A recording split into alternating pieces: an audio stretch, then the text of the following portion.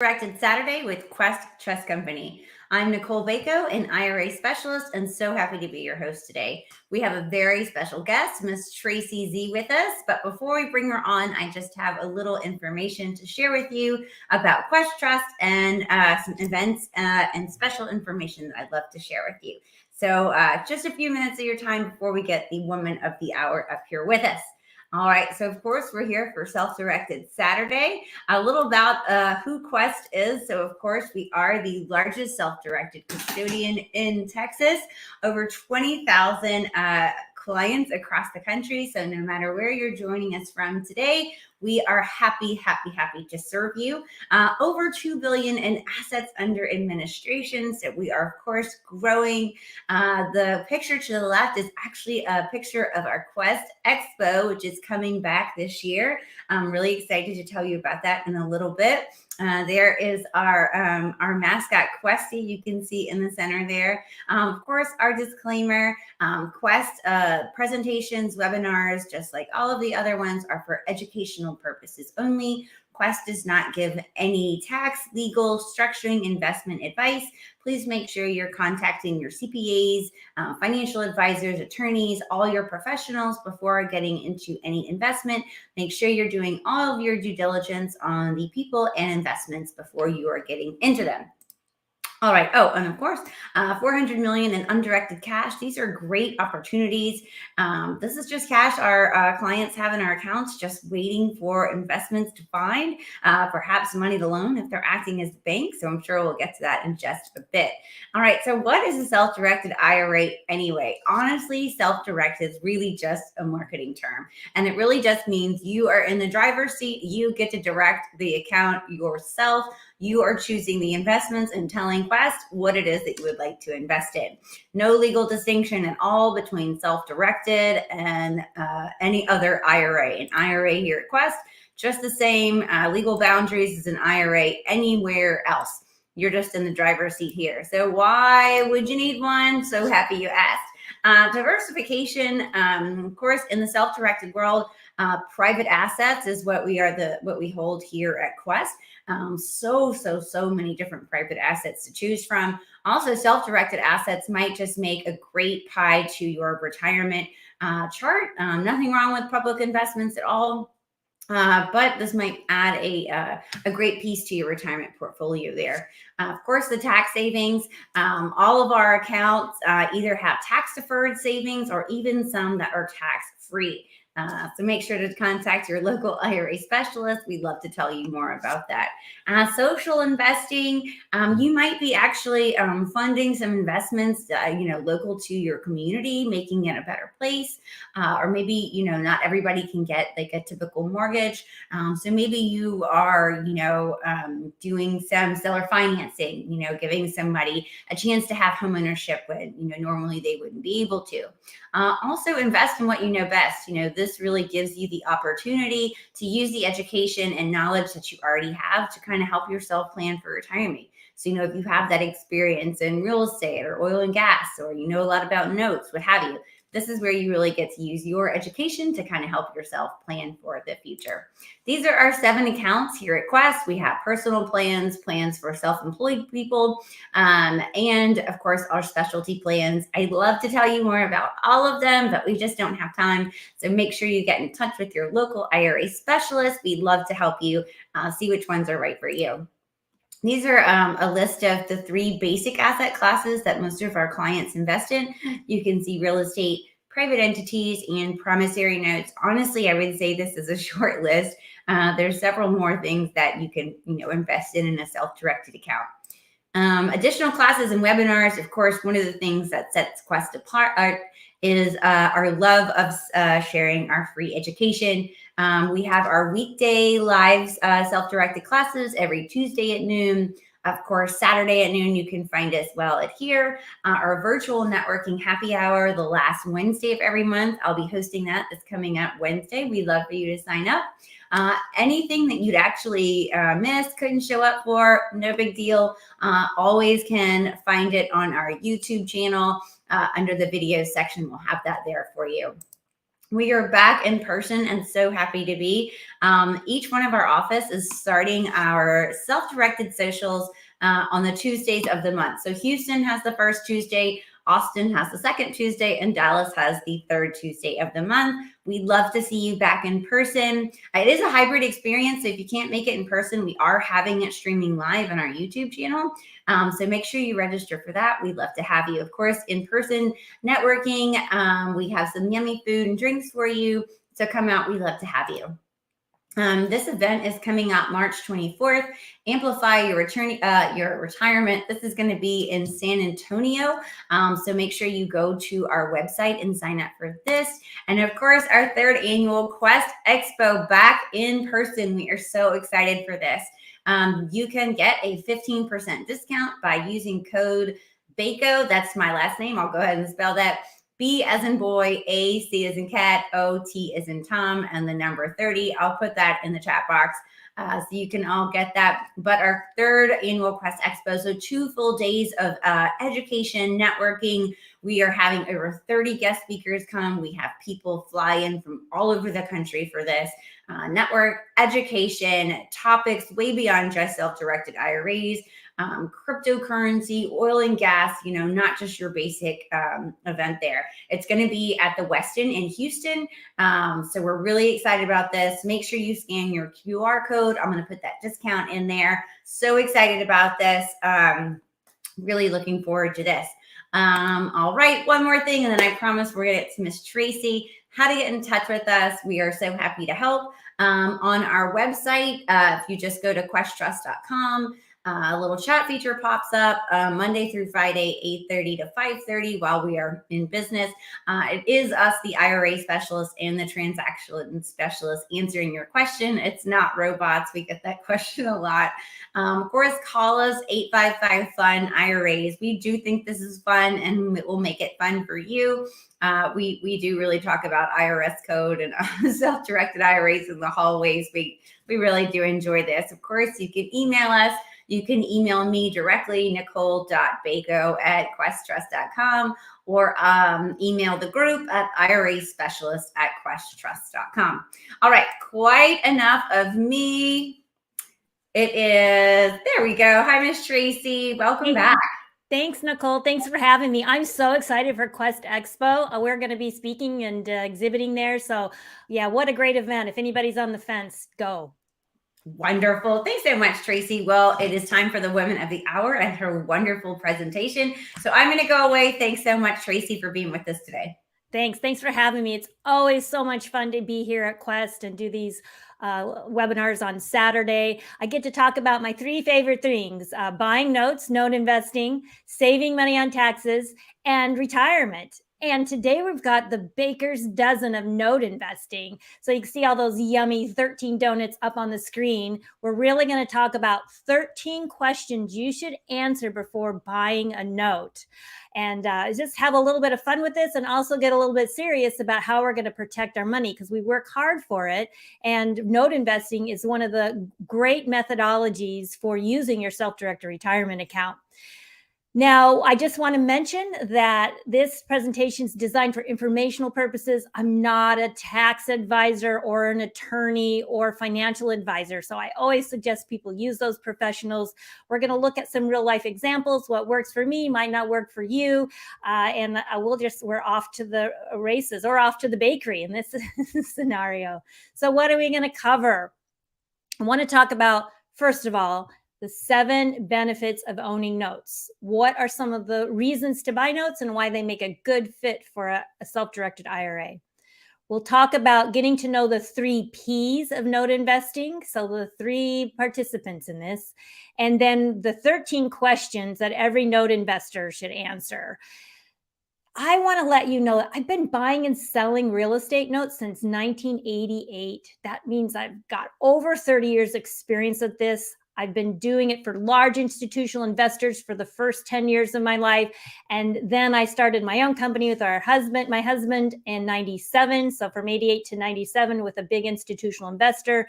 And then 97 on, doing it as a small private investor some referring, some placing with private funds, and doing a lot of this out of a self-directed IRA because of all the tax benefits. Why do I love notes so much? Well, I was a landlord turned to a lien lord. So I got tired of being the landlord, and I wanted to do the bank because nobody calls the bank at 2 a.m. when they lock themselves out after a late night or their 3-year-old flushes their favorite stuffed animal down the toilet. That doesn't happen when you're the bank. So that's one of the big benefits of owning notes. It's backed by real estate, something we all know and love, an appreciating asset. So if somebody doesn't pay on a note, then we do have the ability to take back the real estate as coverage. It's collateral.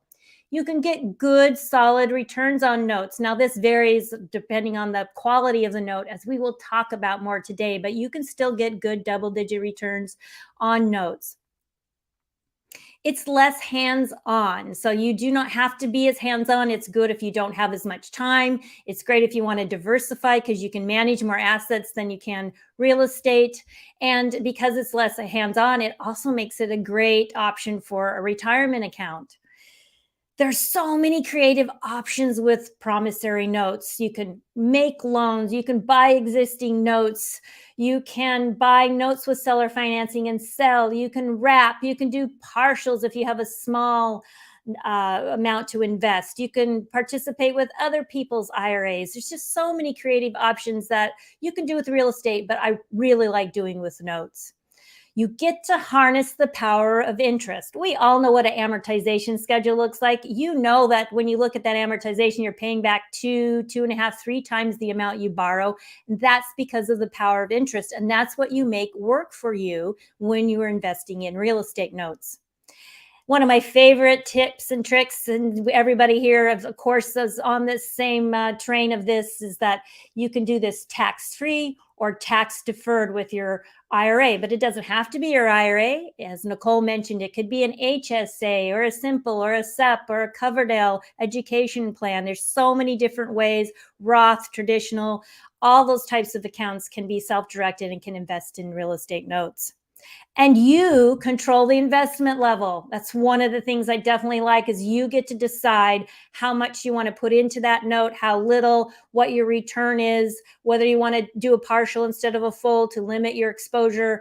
There's just, you are in control. And I don't know about you, but I don't like investing in things where somebody else is in control. I guess you could say I have control issues. You think after 30 years I'd get over that, but I haven't, and it continues to this day, and that's why I like doing notes. So I'd like to introduce you to the 3 P's of note investing. So the first P are the people. You've got the payer, the person making the payments. You've got the seller of the note. Those are the main people involved. Then you've got the property. That's what backs up that note. If the note doesn't get paid, you get to take the property back. So we analyze the people, we analyze the property, and we analyze the third P, which is the paperwork. That's that promissory note and deed of trust, or if you're in a mortgage state, mortgage, or maybe you're in a contract for deed state. That's all the paperwork that makes up you. People you look to get paid, property you look to if the people don't pay, and paperwork you look to make sure you can enforce that lien, that note that you have. So all 3 P's are very, very important.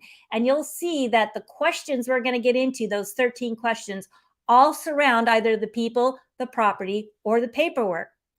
So I love to start off, before we get into those 13 questions, just give you an example of a note that I had used to purchase in my self-directed IRA.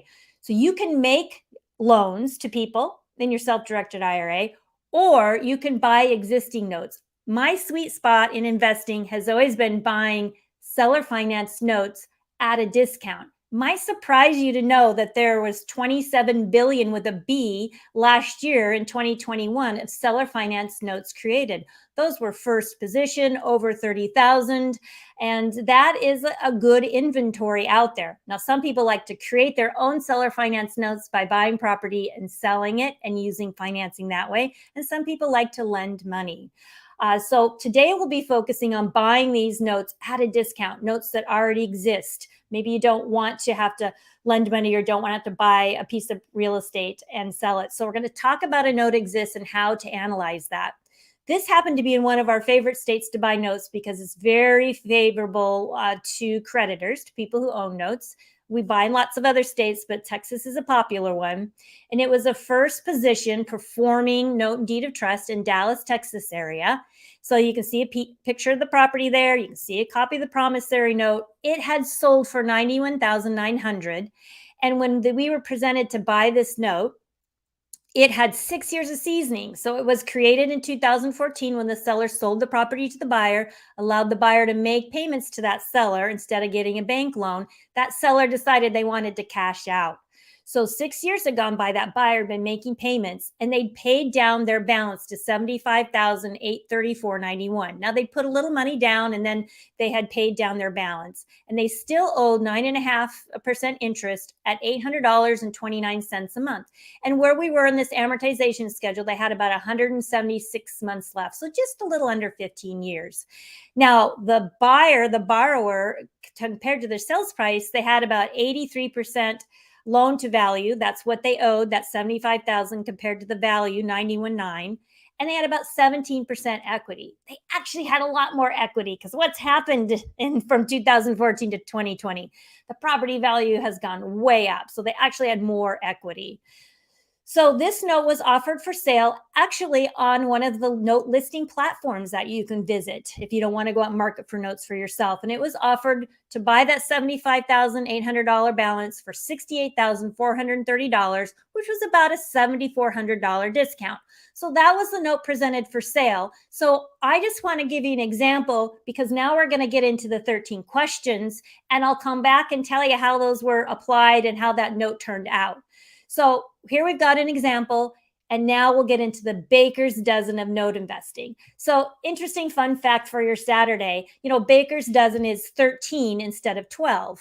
And how I was just so curious, it's such a common phrase, how did that occur? And one of the theories behind it is that there used to be a tax implemented, almost like a fine, because bakeries were shorting people of their full 12. And so because bakeries were afraid they'd get in trouble, they threw in an extra one because that's called a baker's dozen 13. So that's just carried over, I believe, from old English lore there. So without further ado, let's get started. All right, so we're going to go over 13 of these questions. We're going to come back, apply it to the deal, and then, of course, we'll open it up for some Q&A. So we always like to have a little question and answer session at the end.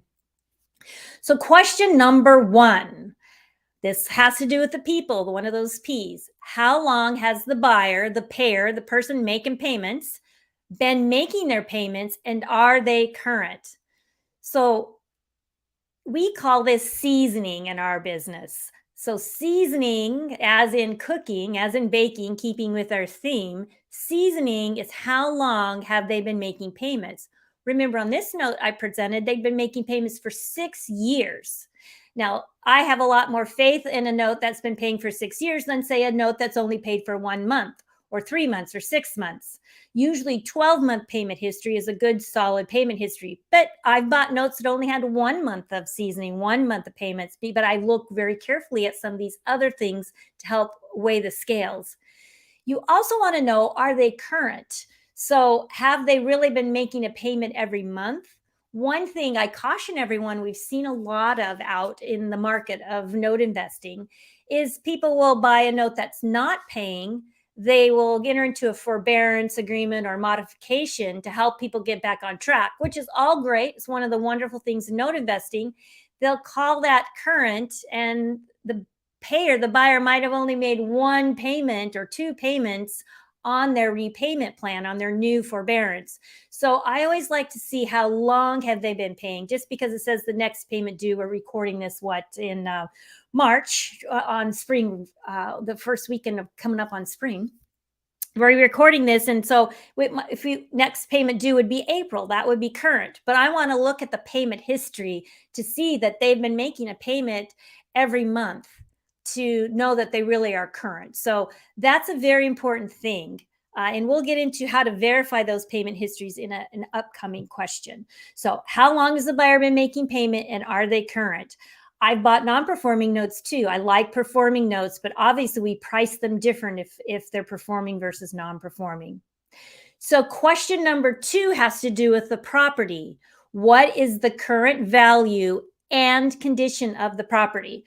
When I first do a deal, I do like everybody else, and I'll hop on Google Maps and I'll just take a look at it. I'll look at Zillow and realtor.com, but that doesn't tell you the current condition of the property. So that's a good place to start. And then later we follow up with boots on the ground. We'll have a real estate agent go by and take current pictures. We'll get a current value of the property. But to start with, the internet's a really easy place to start. Now, we could all go into, yes, Zillow overestimates values. I'm looking for trends in values. Have they been going up in that area? Have they been stabilizing?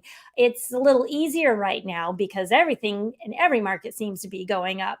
But I want to know if the values have gone up or if they're stable and what condition is the property, because you might be surprised to find out if a property is vacant or that's in poor repair or boarded up windows. Not trying to scare you, but these are things over 30 years I've seen happen. So you always have your processes, you always have your questions, and you make sure you get the answers you want to your satisfaction before you fund a deal. This leads us to question number 3. How much equity is there? Now, when we look at equity, we look at the buyer, the borrower's equity. That's called loan to value. What do they owe compared to what the property is worth?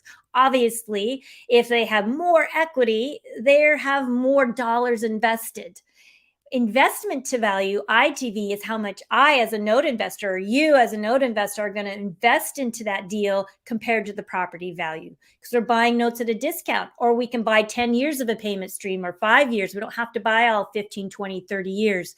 So I look at LTV and ITV. My husband and I have a great way, I think, of looking at LTV and ITV. LTV is what's the likelihood that buyer borrower is going to keep making their payments. The more equity they have, the more they're invested. The longer time they have, like the seasoning, they're more emotionally invested. They've had time to attach to the property, live there, make their payments all the time, build emotional equity if they've got kids that are going to school, that sort of thing. So that's loan to value. What's the likelihood that buyer borrower will keep paying? ITV, on the other hand, is what's the likelihood I, as an investor, or my IRA as an investor, is going to be protected if they don't pay. So if I have a 50% investment to value and I've got to take a property back, even if I've got to fix it up and spend some legal costs to get that back through foreclosure, I will still be able to resell the property and more than recoup my investment.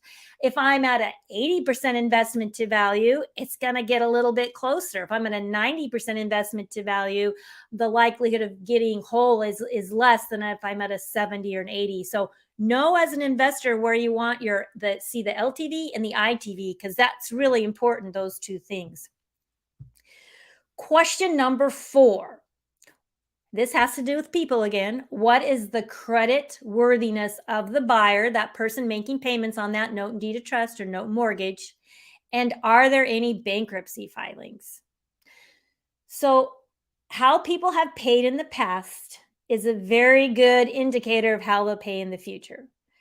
We do see a lot of notes out there where the person making payments had a mishap in life and maybe their credit is poor, or maybe they don't have any credit. So you're looking for life occurrences that they've gotten corrected. You don't want to buy in the middle of a train wreck, right? You want to make sure that they've gotten through that if they did have poor credit and they're back on track. One tip I like to tell people is you can go to Pacer, PACER.gov, G-O-V, and you can actually look up of public record. It's a government site, bankruptcy filing. So if you know the person making payments to you, now if they have a common name, it helps to know a little bit more about them, like a social security number, which the person selling the note hopefully has. You can see whether they've had any bankruptcy filings, whether they're currently in bankruptcy, if they're a habitual bankruptcy filer. So that's one of the ways that you can get some good information on that buyer borrower. And if they have, you can actually pull down copies of those documents, I think for 10 cents a page. If you're under a certain number, they don't even charge you. So what's the creditworthiness of that buyer, and are there any bankruptcy filings? Very, very important to know that information. Question number 5.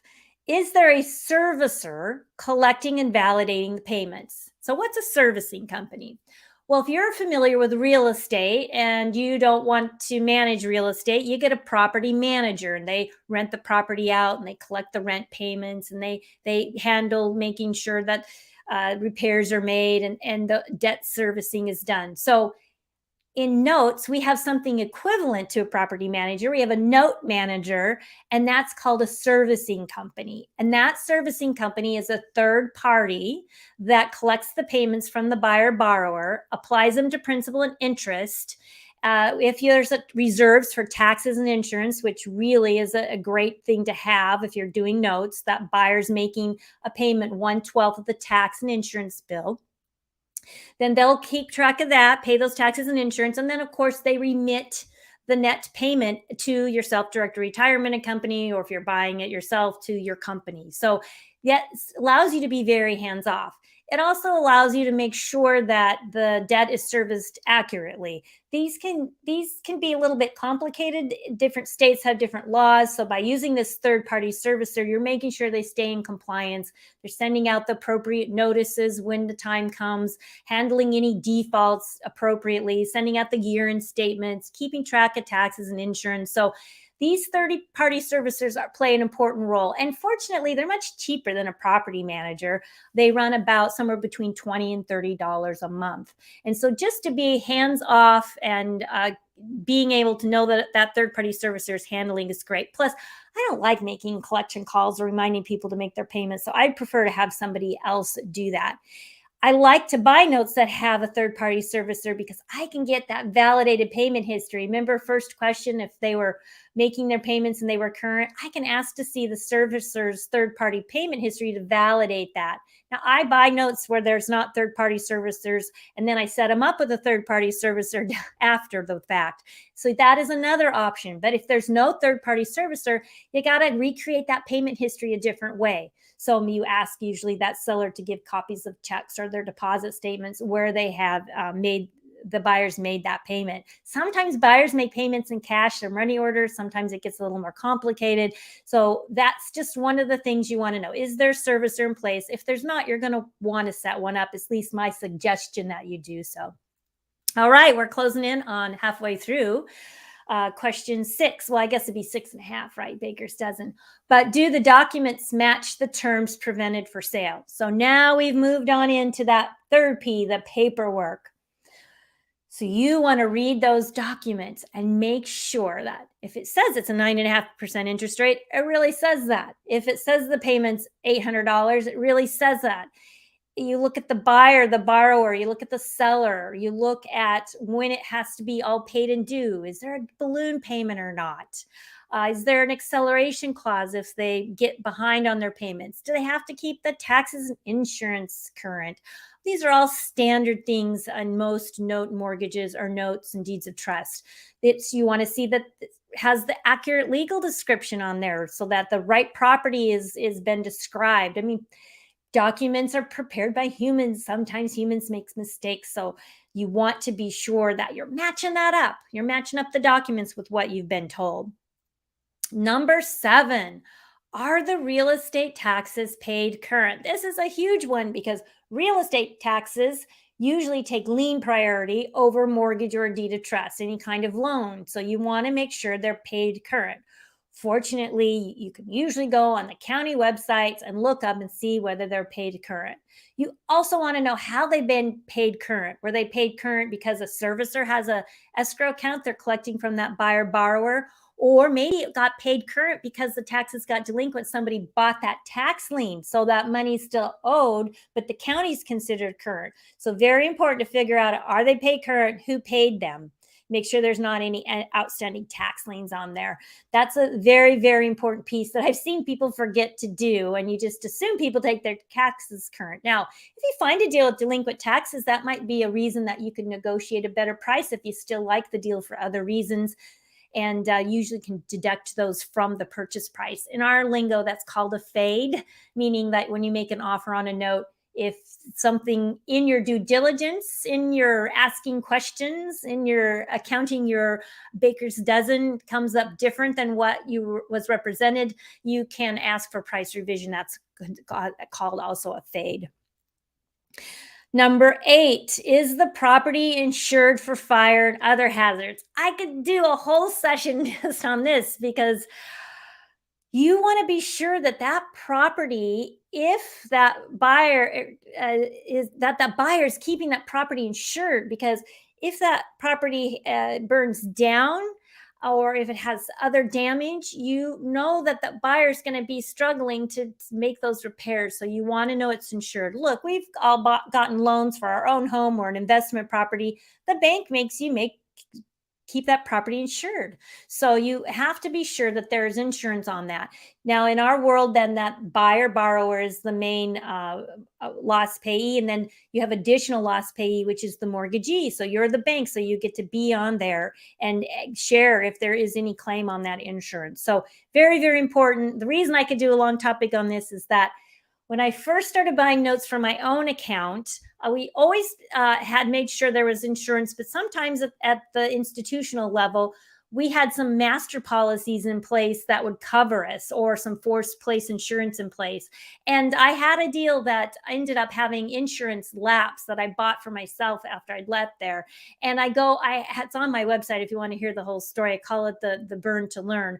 But unfortunately, the property did burn down. The borrower let their insurance lapse. And so obviously I had to get very creative in how to get out of that deal, because the land itself was not worth enough to pay off that loan. So that's why I say it can happen. If you do this business long enough, you'll see that. And if you know there's insurance in place, then you can just sleep so much easier at night. That's one of those things that third-party service will help you keep track of.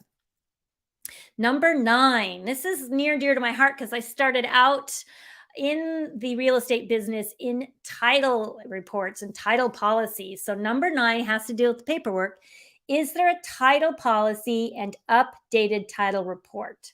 So you can get a title policy if they issued one on the mortgage, a lender's title policy initially, then you can get that original and just get it updated. If there's not, I highly suggest you get a title commitment for a lender's policy. Title policies provide insurance that the buyer-borrower really owns it, and the person selling you the note really owns the note and the mortgage, or the note and deed of trust. So we will sometimes see notes that have transferred hands, and the original seller is not the sellers to you is not the original seller on the note.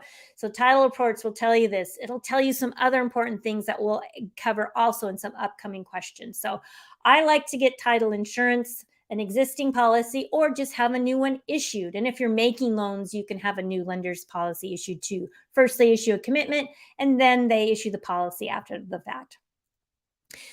Question number 10, what is the lien position and what else is owed on the property? That's what that title insurance policy and an updated title report, they also call it a date down, is going to tell you. Are you in first lien position, or are you in second lien position? Does the person selling the note still owe some money that needs to be paid off out of proceeds? Or does the buyer-borrower owe some money? Is it ahead of you or behind you? Are there HOA liens? That would be if the property is in a homeowners association. Are they keeping those associations? In some states, called super lien states, an HOA can take priority over mortgage of deed of trust, just like those real estate taxes. Maybe the buyer got a second loan, a HELOC, that's behind you.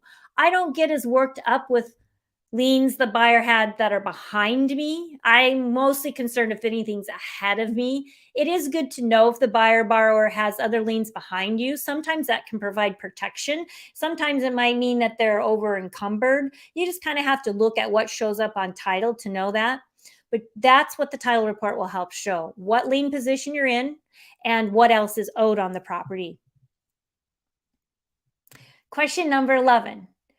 Who is the current holder or seller of the note being purchased? This comes back to the people. We think so much about the person that's going to make the payments on the note. Sometimes we don't slow down and say, hey, I need to underwrite the person selling me the note. Why is that important? Well, first of all, we want to know they own what they sell us. So we want to see that They're either on the original mortgage and deed of trust and on the original note as the party receiving payments, or if it's been transferred, which is all perfectly legit, you need to make sure that the note has been endorsed, also called an allonge, and that the mortgage or deed of trust has been assigned, and that assignment of the mortgage or deed of trust has been recorded. You also want to know if that seller, if they're selling as an entity, is in good standing with the state that they're doing business in, where the note mortgage exists or the note and deed of trust. And let me tell you, go out and do an old-fashioned Google search on them. You want to know if they have any outstanding liens, warrants, court cases, complaints, all those sorts of things. You want to know if they're in bankruptcy or not, because if they're trying to sell an asset and they're in bankruptcy, then that has to get approved by the bankruptcy court. So know the seller of the note being purchased. Sadly, we've seen in the last few years some sellers of notes taking a little bit of advantage of people. And so I want you to underwrite that seller of a note. If they are selling a lot of notes, ask for a referral of somebody else they've sold a note to. So very important to underwrite that party to that seller as one of those people in our questions. Number 12, this goes back to paperwork. Where is the original note and will it be delivered at closing? That original mortgage note or promissory note is like a check. It's a negotiable instrument. And so it's not usually recorded. The deed of trust or the mortgage are recorded. They're the lien on the property, but that promise to pay is that note. And to show that you own that note, you have to present the original. So we liken it to a check because a check's a negotiable instrument. If you took a check down to the bank and you tried to deposit a copy of the check, well, the bank could go, bring that in. And if you brought the original in and you weren't the original party on there, they would say it needs to be endorsed over to you. So that's similar to that allonge or that a note endorsement. So you want the original note and you want it endorsed. Now, you want it delivered at closing. Sometimes what happens in the note business, seller says, I'm not giving you my original note till you give me your money. And we say, we're not giving you our money till we get the original note. That's okay. That's good business on both sides. So you set up through a title company, an attorney, an escrow closing company. It varies a little bit depending on your state. Just an exchange. Just like when you buy real estate, you do an exchange, right? So funds are delivered into that trust account. That third party gets the original note and they trade for you, basically. They do that transfer for you. I like using a title company whenever possible because they're also issuing the title insurance. And then I just know it's all handled. Once in a while, you'll run into a note that truly is lost. There are some ways to fix that. I always say to consult with your attorney, but there are some ways to do a replacement note, get some lost note affidavits, but it varies a little bit by state. Your big question is, what do I have to present if I ever have to enforce my interest through foreclosure or taking the property back because somebody isn't paying? So very important. I've known people get into note business and not realize that important distinction. So it's definitely one of my 13 questions. All right, so now we're to question number 13. And we could do a whole hour on this as well. What is my risk versus my reward for each exit strategy? So I have risk. My risk is the buyer might not pay. The borrower might not pay. If they don't pay, one of my exit strategies, I get a deed in lieu foreclosure and negotiate some kind of cash for keys to get it back. Always my first thing. It helps them exit gracefully, and it saves me a lot of time and money on a foreclosure. If they don't do that, my next exit strategy is to file a notice of default and go to foreclosure, using an attorney and following the state laws for noticing on that. All right, so I'm going to go through all of those. How much money will I make if they pay to term like they're supposed to? How much money will I make if they default and I have to get it back? How much money will I make if they pay off early? I've seen people buy notes for what we call par being 100 cents on the dollar instead of a discount being less than what's owed. And I've seen them pay par or premium pricing being if somebody owes $100,000, they might pay $101,000. Par being $100,000 note, they buy for $100,000. A discount being I buy a $100,000 note for something less than $100,000. Well, what if you pay par or premium? You buy the $100,000 note for 100 or 101, and that borrower pays off tomorrow. Well, you've got expenses to purchase that note, and you're not even going to get those expenses back. So think about an exit strategy if they pay off early. Now, fortunately, in the note business, we usually buy notes at a discount. And if they pay off early, our yield goes up. And I'll show you a little peek of how that happens here in a minute. So think through all the exit strategies. There's actually, in my world, there's about 15 exit strategies for a performing note and another 10 for a non-performing note. And so I like to look through. I don't want to get too convoluted on that because they're the basic, but they all play off of each other. Because if I had to take a property back, then I could resell it, or I could rent it out, or I could resell it. And if it's in your IRA, it's not you personally, it's your IRA.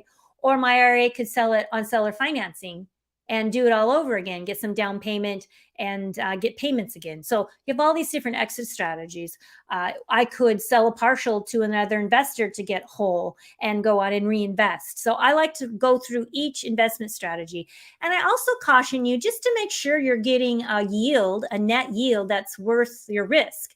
I mean, if you're talking about investing in notes for 5 or 6%, it's fine if the face rate of the note is 5 or 6, but you're going to want to probably discount it down so you're getting 8, 9, or 10. Because if you're only getting 4 or 5%, I know that's way more than you're getting at the bank. But is that enough to compensate for the risk of potentially having to take the property back if the person doesn't pay? So look through all of those and know your limitations based on the kinds of notes you'll buy. You know, my risk reward is different for a land note or a mobile home and land note than a single family residence. Sometimes I'll buy multi-unit notes on multi-units or on mixed use property, or I bought notes on mobile home only that are in rented parks. Well, if the more riskier it is, the lower my investment to value and the higher my expected return of yield is and the greater the discount. So just keep that in mind when you're pricing notes. I always back them up against investment to value risk, yield, and discount. What happens if they pay? What happens if they don't pay? What if they pay off early? So that is my number 13, probably the most important of all of the baker's dozen. So now we're going to go back to our example. So we've got this note we're buying, and remember, it was offered for sale. That $75,834 balance was offered for sale at $68,430. So you take the $75,800 minus the $68,430, you've got a discount of about $7,400. So if they paid off early, I would get that discount immediately. If they just paid the term, instead of getting 9.5%, the rate on the note, because I discounted it down, my IRA was expected to get a gross yield of 11.36. Now, if I back off the servicing cost, it goes down a little bit, that $20 a month. And if I back off acquisition costs, it goes down a little bit. But that was the anticipated yield on that. So it looked like a great deal to me. I answered all 13 questions adequately, and this note was placed into a retirement account, my self-directed retirement account. And guess what happened on this note? It paid off early. 7 payments were collected on it. So remember, the old seller had got 6 years of payments, the old note holder. My IRA got 7 payments. The payments went to the servicing company, and the servicing company forwarded those payments on once a month to the retirement account custodian. And that's $800.29. So I got about $5,600 in payments. And then that buyer-borrower said, hey, I can refinance at something better than 9.5%. And they paid off early. They went out and refinanced. And so because it paid off early and I got all that discount back, I had a gross yield to the IRA of 25.74%. So it went up from 11 to 25.74. When I backed off my costs and everything, it was a 24% net yield. Now that's based on IRR, time value of money. I'm a big proponent of the financial calculator. I actually do a whole class on using the financial calculator, not just to buy notes, but to negotiate debt, negotiate real estate, and how to make interest work for you, get on the right side of the cash register instead of against you. We do creative things like if I pay 4% and I'm earning 8, we can do arbitrage. We do all kinds of fun things with the calculator, but understand when you buy at a discount, time value of money, money's worth more now than later. So great news, your yield goes up because you bought this at a discount. Now, on all of this that happened on this deal, one question that I asked of the 13 questions that turned out that to be a problem I had to fix, and it was fixed before closing, it turned out that this property had been rehabbed and then resold back 6 years ago. And believe it or not, there was this lien code violation for unmowed grass that had sat there and not been paid. And so when I pulled my title report and got it all updated, there was this lien that hadn't been paid. Now, it wasn't very much. It was like $275. It wasn't the current buyer borrower's fault. It was actually that when they sold it, the seller hadn't cleared that off. They just didn't see it. The first title company, believe it or not, had missed it. So our title company had found it. So it was not a big deal. I just approached the seller before closing and said, hey, this is this outstanding amount due. I would like to reduce what I'm paying by that, and I'll make sure that gets paid and released from title. And so as a follow-up, that was something that was done through the IRA. The IRA paid that tax lien and got it released because it's not that buyer borrower's fault, something the seller should have taken care of. So no big deal. It was a small amount, but it just shows why you always ask those 13 questions on every deal. So I want to thank you for attending. We're going to pop over here in a minute to some Q&A, but I want to thank you for attending. And if you would like a copy of these slides, I'm happy to share them. I just do it old school. You can email me, Tracey, Tracy, at noteinvestor.com. And you can email me and say, hey, I saw your baker's dozen. I'd love to have those slides. And I will shoot the PDF of them over there. And while you're there, I invite you to check out noteinvestor.com because we have over 300 free is a good price, articles of different experiences of buying notes. And you can even look for that burn to learn story about that property, that note I bought that had the property burned down. And we also are available by phone. Usually email is best to get me, but if you need to set up a call, I can always send you a calendar link for that as well. So I'm going to end my screen share here. And I'm going to pop over here and see if you guys have any questions. And if not, I can just tell you some of the most commonly asked ones. Hey, Tracey, we sure do. Oh, wow, because I've been away from the screen, so I'm seeing lots over here. I know, it's weird when you come back to the screen and you see all the presents. Kind of in your own world, like, hey, there's still people out there. And you come back and there's actually people here. Okay, so our first question, where are you in the comments box? All right, came from Brad. I guess he just had a question about a notarized note. Do you have any comments on that?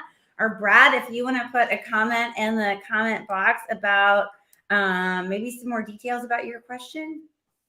So each state's a little different. I hate to get too deep in the weeds because, you know, every state's a little different. But normally, the promissory note is not recorded. And oftentimes it's not notarized because it's not recorded. Now, the mortgage and deed of trust are the lien that gets recorded at the county level, and they have to be recorded to establish their priority and to be enforceable, to notify the world, hey, you got a lien on the property. Those usually are notarized because the county recorder requires them to be notarized. Oftentimes, though, those promissory notes haven't been notarized. Usually the endorsements and the longes aren't notarized either. If it makes you feel better to have them notarized, go ahead, no problem there. But if you're not sure, you can ask the title company or your attorney what's standard in your state. But hopefully that answers the question. You do want the original, though, and sometimes it's hard to tell what's an original, right? Some places are good. They make you use blue ink so you can tell, but sometimes it's black ink. But yeah, that's getting a little deep in the woods, but it's a good question. Very good question. Thank you. All right, next up is Mr. Dylan. He's educating himself, hoping to get into note investing. Tracey, would you recommend starting off by buying a partial from a more experienced note investor that's already done the due diligence? That is a fantastic question. Well, remember, I have some trust issues, right? We established that earlier in the presentation. So I think that you should do your due diligence always, no matter who's selling you the note, an experienced investor or unexperienced investor. I've been doing this a few years, and some of the experienced investors are great. So I think it's a great way to learn. It might be a great way to source the deals, but you're only going to learn if you perform your own due diligence. So great. If you feel comfortable with that note and that seller and you performed your research on them, I would say still do all your due diligence, still perform all your due diligence, because that's one, how you learn. And number two, you're not taking somebody's word for it. The other thing I suggest if you're going to work with someone is that you truly get an assignment of record recorded, and you get the original note or held by your servicer, and you get the endorsement. And when I buy partials, partials being I'm buying the next 5 or 10 years of a 20 or 30-year amortization. I get all those things. And then that partial purchase agreement says when I've received what I'm supposed to get, it's going to get assigned and endorsed back to that person who sold it to me. If you don't take ownership, you can't control it. So I've seen people do deals where they bought notes in some kind of joint venture and they left all of the control with the other party. And now you're reliant on that other party. And I'm not, I remember I have control issues, so I like to be the one in control. You can decide for yourself. I really recommend, though, if you're going to do something like a JV, that you get that paperwork reviewed by an attorney because you lose control. So I want you to perform your due diligence, and I like it when you get control. That's just my personal preference. Other people do it different ways, and so just perform your due diligence on that seller and get that paperwork looked at by an attorney. Awesome. Thank you, ma'am. All right.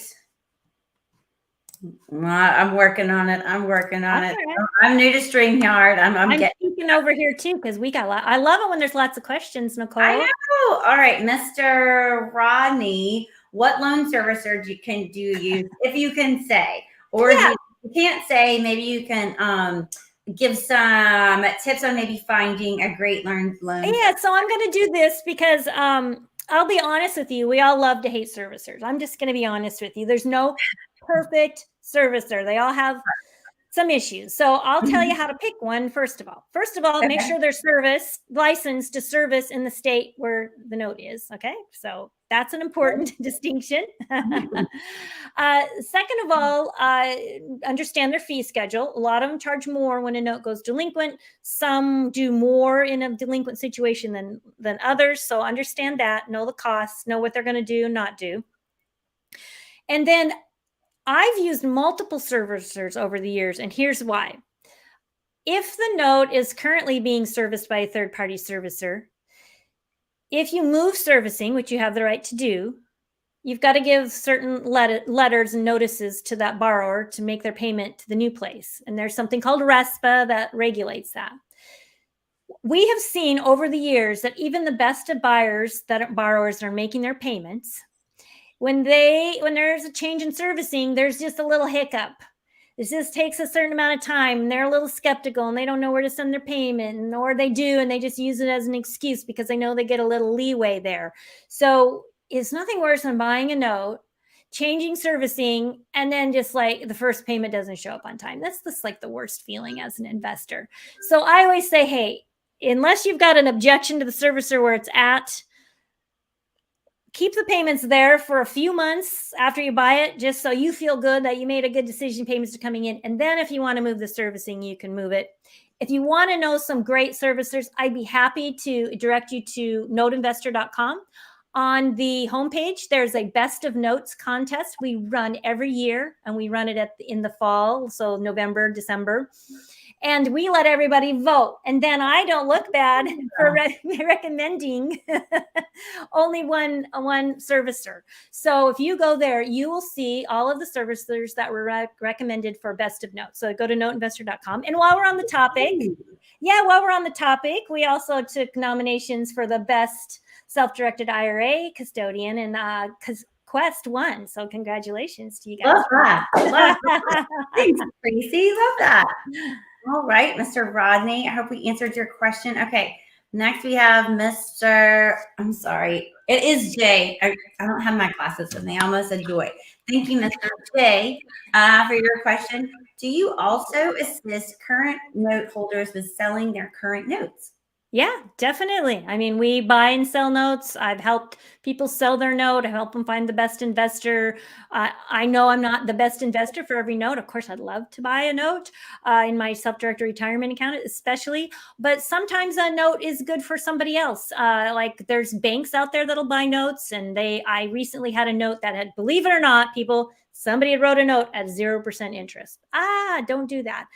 But we can still buy that note, but we don't want to earn 0% interest. So what do we have to do? We have to discount it down a lot to get our yield. Well, if I want a 10 yield, I got to discount a lot more than somebody wants a 4% yield. So banks have much cheaper funds. And so in that situation, we just referred it to the bank outside the retirement account and earned a fee. If you're buying the notes, it's great to do them in the retirement account. If you're making income referring it, I prefer not to do that in retirement account because I don't want to have any mixing of what I do for business with what I do for investing. I don't want to worry about unrelated business income tax or things like that. I don't want to get in deep in your woods. I'll let you answer those, but I just like to personally stay clear of that. It just makes my life easier. But Sure. you can refer notes to other investors and make a fee if you don't have money to invest them. So yeah, we do help sellers place notes. I help sellers go from landlord to lien lord so they can create a note that's marketable, that if they do want to sell it, it's created for top dollar. And we find the things that make it more marketable if you ever want to sell the note are the same things that protect you if you want to hold a note. So whether you plan on holding it or not, it's good to follow those tips. Awesome. Thank you, ma'am. All right. We got another one from Jay again. What current rates are you seeing with notes these days, i.e. 70, 80, 90%? All right. So I totally got the question. I wouldn't call that a rate. I would call that a percentage of what cents on the dollar. We call that cents on the dollar. So are you paying 70 cents on the dollar, 80 cents, 90 cents? That's like what percentage of the unpaid principal balance are you buying? Mm-hmm. And so and the reason I'm making a differentiation between rate and percentage of unpaid principal balance is because it depends. And I have paid 95 cents on a note and I have paid 20 cents on a note. Ah. So it depends on what do I want my investment to value to be? What do I want my yield to be? So just a minute ago, we talked about a 0% note. That is going to have a big discount, whereas a note that has a 9% interest rate is going to have a much less of a discount. So you might be able to pay 90, 95% of the unpaid principal balance. So I don't start at a percentage of unpaid principal balance. Most note investors get there. So they get there by saying, okay, what yield do I want to make based on this buyer, borrower, this property, and all those 13 questions? What yield do I want my IRA to make? And then I apply that using a financial calculator to the remaining payments that are supposed to be made. And then I take that number and I say, okay, that number, what investment to value is it? If I take that number and I divide it by the value of the property, am I covered? Or am I at 100 cents of what the property is worth? I don't want to be that. So then I might have to back down my price based on that, or I might be fine. And then when I get the number and then I say, oh, do I have enough discount? Am I going to cover my costs if it pays off tomorrow? And I might be fine or might need to back that number down. And now after I've done those three things, I take that number and I divide it into the unpaid principal balance. And now I have a percentage. So you don't start usually with the percentage, you get there. So that's a long answer. Now I'll give you a short answer. Jay, depends on the note. But if you sent us a note that had good seasoning, good payer, good equity, it was written at 9%, and it had some term left, you could definitely sell those notes somewhere between 90 and 97 cents on the dollar. The very best notes I see right now are getting sold around 97 cents on the dollar. The big hedge funds will pay 100 cents on the dollar. I don't recommend people doing that as a private investor because hedge funds that do that, they buy in big portfolios. So they're averaging out a weighted average coupon, a weighted average maturity.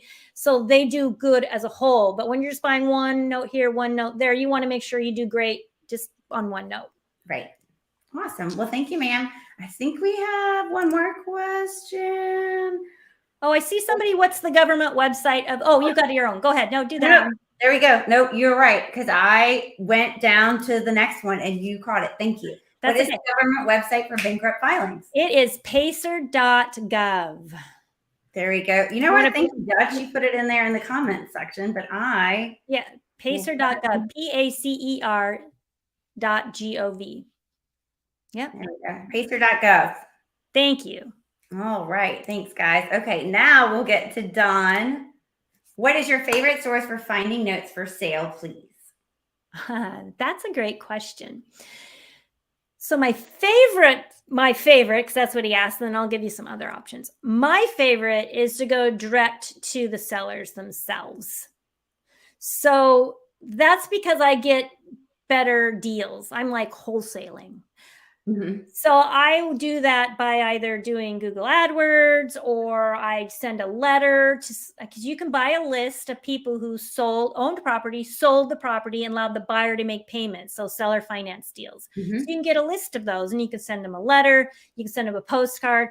I don't do outbound calling or outbound texting, because I'm just, first of all, I like warm leads. I like them to call me. Second of all, I just don't want to worry about whether I did something wrong with the do not call list or an anti-spam email, so I like them to come to me, and then if I can get their email, I'll put them into our email list, or if they opt in to get texts, I'll do that. But I don't like to cold call, cold send. I just don't want to get worried if I get sideways with the government or robocalling or any of that. So I like to do those methodologies. I like to go direct to the sellers.